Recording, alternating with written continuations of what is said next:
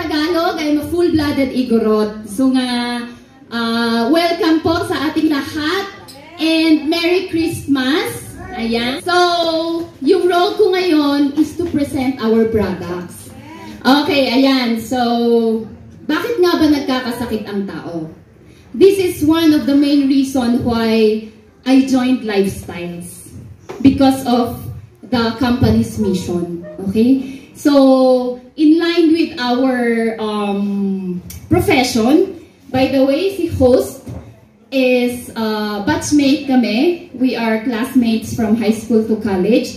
So, we graduated here at Benguet State University, College of Nursing. Kasama namin yung nanalo ng first intra. So, we are batchmates, okay? And, ayan po. So, why did I join Lifestyle? One of the reasons why is the product. Ayan. So, we love the mission dahil nakakatulong tayo sa mga may sakit. Anyway, so ayan. May tanong dito. Why do we age? Age na hindi ibig sabihin na nag-a-add ng number sa edad. It means yung abnormal look. Parang mas matanda ka sa edad mo. That is what it means yung, why do we age? You are just 40s but you look like 50s. Okay? Why do we get sick? Bakit tayo nagkakasakit na? Ubo, sipon, ganyan. Why do we get diseases? Cancer, kidney failure, tuberculosis. Okay? Bakit nga ba? Because of the body pollution. Okay? So, may tanong dyan sa baba, will we get cancer or heart disease? Tanong yan, 10 years from now, ano kaya ang magiging sakit ko? Yun ba ang gusto niyong tanong sa sarili niyo? Of course not. Tama? Okay. So, how will I look or feel 10 years from now? Kayo, how do you look or feel 10 years from now? Ganyan pa din ba? Healthy? Or baka naman, wala na tayo sa mundo? Ayan. Okay? So, body pollution. Kaya tayo nagkakasakit because of body pollution. So, ayan. The main cause of disease and aging, mainly 4 lang yan. Pagkain, tubig, hangin, and stress. Ayun. Yes. Environment. Okay? So, air pollution, alam kong alam nyo na yan. Alam nyo na yan. I don't need to explain that. Chlorine in treated water. Sa amin dito sa syudad, may chlorine na ang tubig. It's not safe. Food additives, processed or convenience foods. Ako, guilty ako dyan. Lalo na mga anak ko, they are still children, elementary. So, ang madaling ipakain sa kanila is processed foods. Hot dog, canned goods. Diba? Yun naman din ang kinakain nila. Hindi ba kayo guilty dyan? Guilty tayong lahat, tama? But it is a kind of body pollution. Okay? Next, excess calories. We eat more than what we needed. Kaya yung extra velvel, extra sugar na kinakain natin, yun yung naiipon sa belly buttons. Belly buttons, sa belly area. Okay? And stress. Lahat tayo nakakaranas po ng stress. But it depends on how we manage the stress. Okay? Hindi mo talaga yan maiiwasan. Stress sa asawa, stress sa pera, stress sa kaibigan, maraming klaseng stress. Okay? And one of the major cause of diseases, smoking. Okay? Yan ang isa sa pinaka naninira ng cells sa DNA ng tao, smoking. Okay? Medication. Bakit may medications dyan? Sino pang mga nagme-maintenance dito? Let's be honest. Mga may maintenance po. Ayan. So, medications, 10% of its residue stays in our body. Hindi lang actually yung mga maintenance. Pati itong mga mefenamic, if we, konting sakit lang, ayan, paracetamol agad. Ayan. So, it's not also safe. Kaya ang advice din ng ating mga doctors, kung kaya mo, huwag kang mag-take. Kasi alam din nilang nakakasira sa katawan natin yan. Tama? Okay. Next is airline travel. Paano yung airline travel? Ayan, sa mga airplane, di ba? Hindi mo alam kung sino yung kaupo mo. Hindi mo alam na infected siya ng viral disease. Tapos umubo siya. Napunta sa'yo yung virus. Pagdating mo sa bahay nyo, carrier ka na. Ganun po siya nata-transfer. Okay? Pesticides and insecticides, there are some, hindi naman lahat. Ano? Kasi yung iba gusto lang nilang magkapera, gusto nila maganda yung gulay nila. Kasi alam nila, hindi ko naman ito kakainin eh. There are some, but not all. If you are a good farmer, congratulations. Okay? And ganun kasi yung iba, para maganda yung tanim, kahit it's not safe, di ba? May gumagawa ng ganun. But I hope not in our place. Okay? And sunlight. And this is also one of the major destroyer ng DNA din ng tao. Ultraviolet rays. Okay? Nakakasira siya ng DNA. 10,000 to 10 million something blah blah blah ang nasisira sa DNA mo sa isang araw because of ultraviolet rays. Okay? Mercury in seafood and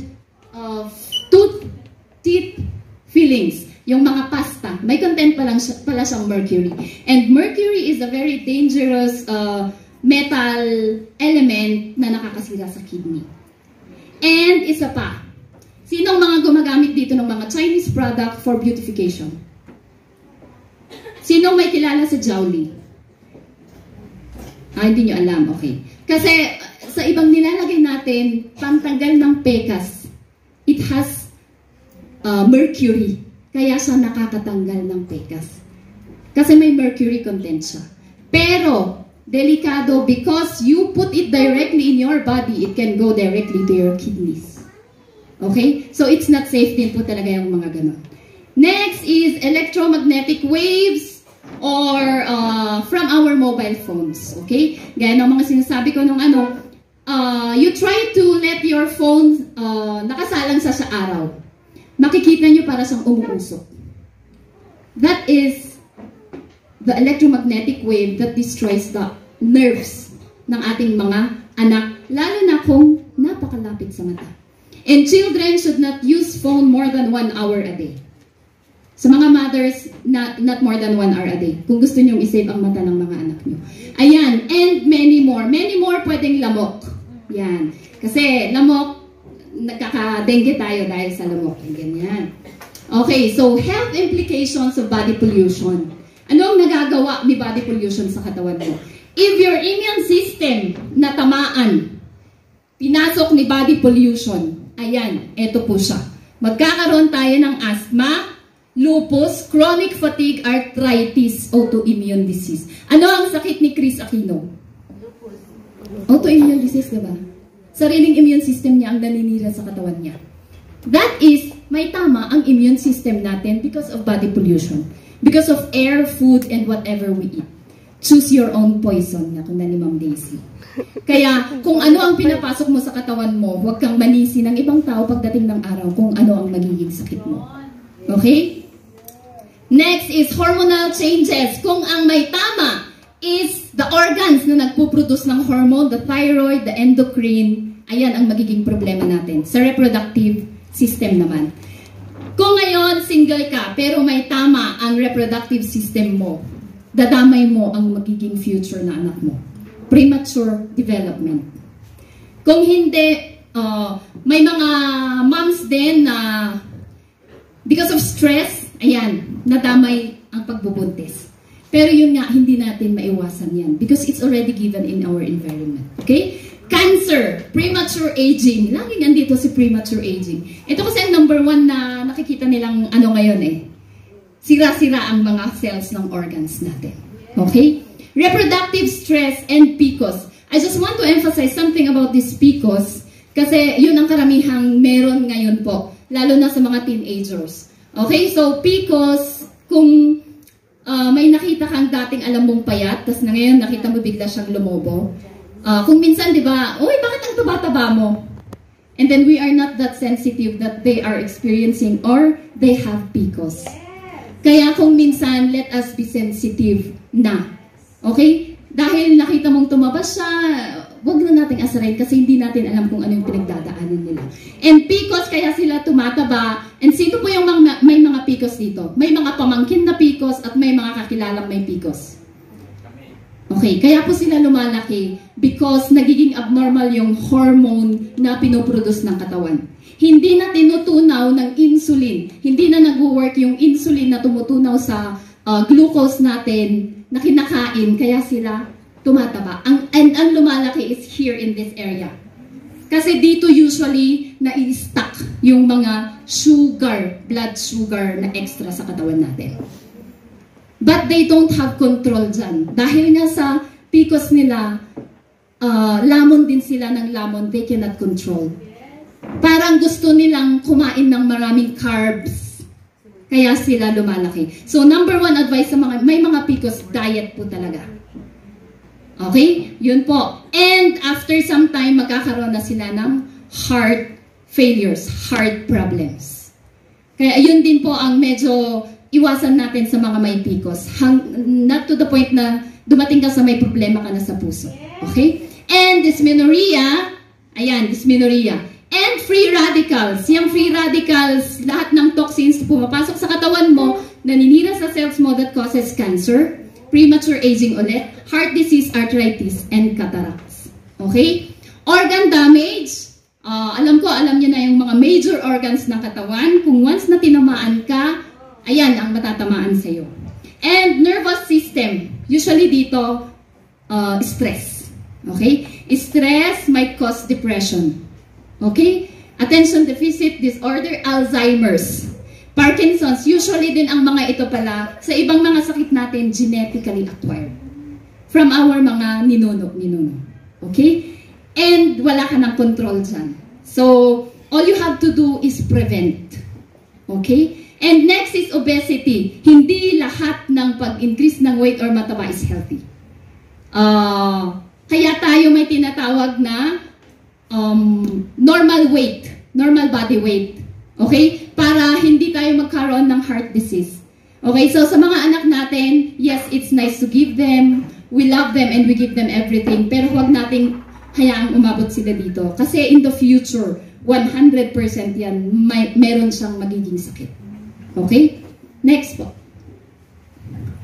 No sickness and absence of pain doesn't mean you are healthy.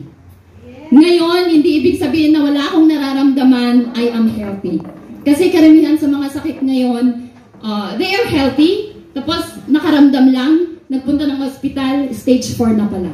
Kasi may mga titam na po kaming ganon. Nagpunta ng hospital, walang isang buwan, namatay na. Ganon na po ka-tridor ang sakit ngayon. It's asymptomatic. Kaya yun din po, napakahalaga ang twice a year check-up. Okay? So, how then can we fight back? Okay? Ayan. So, fighting back with proper nutrition by eating a lot of plant foods rather than animal products. O, tingnan nyo yun, plant food rather than animal products. But we here in Benguet, I believe, because I am one of the Igorot, mas maraming karne.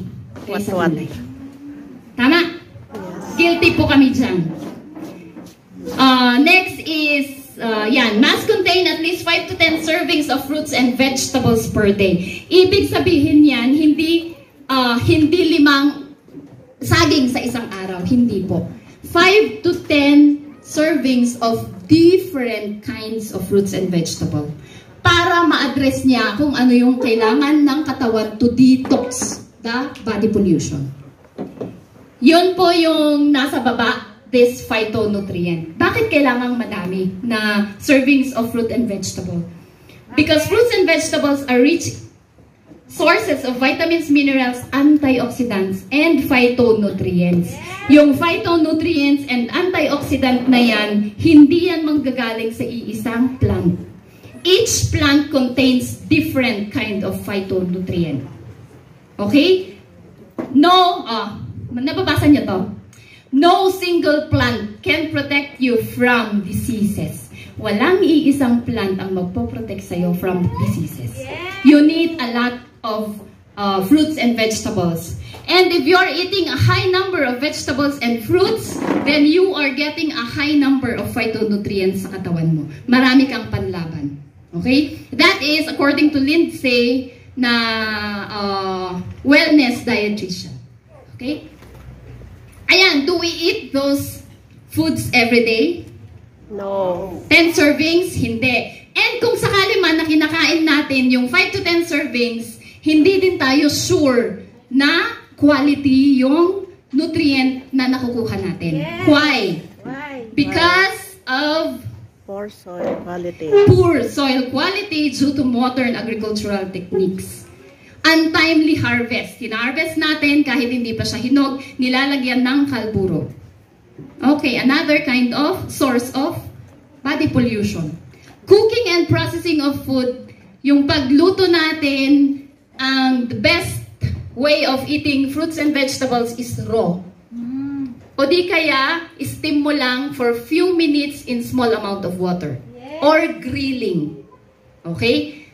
That is according to the nutritionists. Okay? So, since it is almost impossible for us to get the right amount of nutrients from our modern diet, supplements are very essential. Kaya po natin kailangan ang supplement. Okay? To give the proper nutrition our body needs. Okay? Now, a choice of sa supplement, meron ka ding pagpipilian. Synthetic, gawa sa laboratory from chemicals, or natural, that is made up 100% from plants and fruits. That is your choice. Pero ako, gusto ko ng natural when I learned how important natural products are. So we need a lot of plants. 23 po yung content nito. And it nourishes your body cells and provides essential plant-based phytonutrients. Yung sinabi ko kanina. Okay? Unique formula exclusive to Lifestyles Distributors. Sa company lang po natin yung formula. Okay? Enjoyed by millions of satisfied customers worldwide. Ilang countries ulit kung saan nakakapasok yung product natin? 40 plus, tama? Yan, okay? Formula, unchanged. Since 1992, ibig sabihin, ganun ka-effective, kaya hanggang ngayon, hindi nila pinalitan yung formulation niya. Okay. So, 23 herbs that support your 8 body system. Nakikita nyo yung mga plants na yan. Hindi lahat yan mahahanap mo sa Pilipinas. Okay? Cascara bark is in the US. Fenugreek is in the Europe. In Europe siya. Ano pa dito? Siberian ginseng o Siberia. O, diba? Schisandra berry is only in Japan, Korea, and sa mga malalamig na area. Pero, ang mga Pinoy, pwede nilang inumin. Because of pinadala ni Lifestyles. Kahit wala sa Pilipinas yan, pwede nating inumin. Yan yung kagandahan ng product because it is an international company. Yung ibang plantation natin sa different kinds of plants na yan, in different countries po yan. Kasi yung mga example, Schisandra berry, hindi siya tutubo dito sa Pinas. So, in Korea or Japan, doon sila, kasi doon silang nag-thrive. Okay, ganyan. Fenugreek is, I think, in Europe din siya, Russia, ganyan. So, ano ba yung nagagawa ng ating intra? Ayun, number 1 doon is detoxifies your body. Sinusupport din niya yung health, puso sa heart area natin. Digestive aids sa ating stomach. Energy booster, lalo na sa mga kulang ang energy sa pagtatrabaho. This is a good energy booster, okay? Antioxidant, nililinis niya yung mga, tinutulungan niya yung nasirang cells sa katawan natin. Supports nervous and skeletal system, backbones and ugat-ugat, buto-buto. Balances hormones, kaya may testimony tayo na naayos yung hormonal production ng tao, kaya sila baby, ganyan. And immune supporter. Okay? Next. Ayan, this is a monograph made in the US. And if compare natin yung intra natin sa different juice na ginagamit ng mga tao doon, intra lang po ang nakaka-address sa 8 biological system ng tao. US po yan, hindi po siya in the Philippines. Okay? So, ibig sabihin nakakapasok from head to toe. Okay? Next. Nutria Plus. This is the ultimate antioxidant. It reduces cell damage caused by the toxic effect of pollution and chemicals. Kaya ito yung the best na anti-aging product ng company. Okay? Cell health reduces inflammations at the cellular level. Kaya po sa mga bagong opera, maganda po yung Nutria because it helps yung development ng tissues. Mas madali yung healing. Okay? Prevents abnormal cellular growth. Ito na yung the best na title ni Nutria, anti-cancer po siya. Okay? So, keeps healthy cells healthy your entire life. So, this is the only product na nakapasok sa Pilipinas na may content na selenium or selenoexel, which is the active, an active agent to fight cancer. Okay?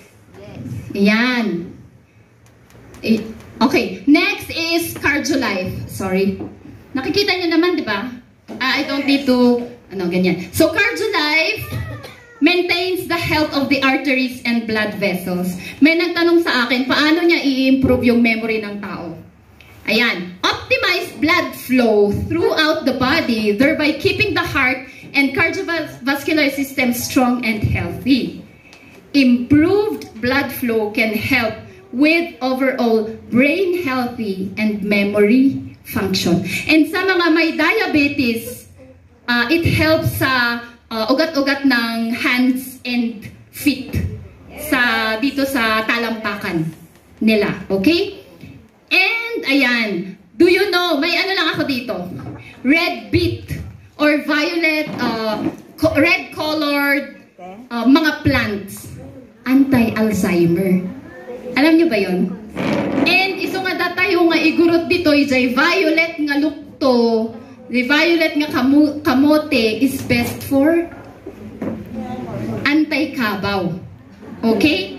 Lahat ng product that has, kaya may dito, kaya pala siya may red beet. So, anti-Alzheimer's ang ating yan, CardioLife. Kaya nila sinasabing anti-Alzheimer siya. Ayun. And the vitamin K2 na content ni CardioLife is the most quality na kind ng vitamin K2 siya, si vitamin MK, menaquinone 7. Yan po ang pinaka-quality na klase ng vitamin K2. Anong ginagawa? Tinatanggal yung mga calcium sa bloodstream natin, sa ugat-ugat, nilalagay sa buto-buto. Kaya nagiging maganda yung blood flow natin, iwas stroke. Okay? Fiber Life, this is as easy as ABC. Appetite control, blood sugar control, and cholesterol control. Yun yung sinabi ko kanina, extra, lahat ng extra na kinakain nating carbs, nagiging glucose na i-store sa bilbil. Ijay ti papanan na. Iso nga dumakdakal ti bilbil ti sobra ti rice na. Okay? Ayan. Next po is, ayun. How much do you care for your body? Okay? We only have one body. So we must take care of it more than anything. Okay?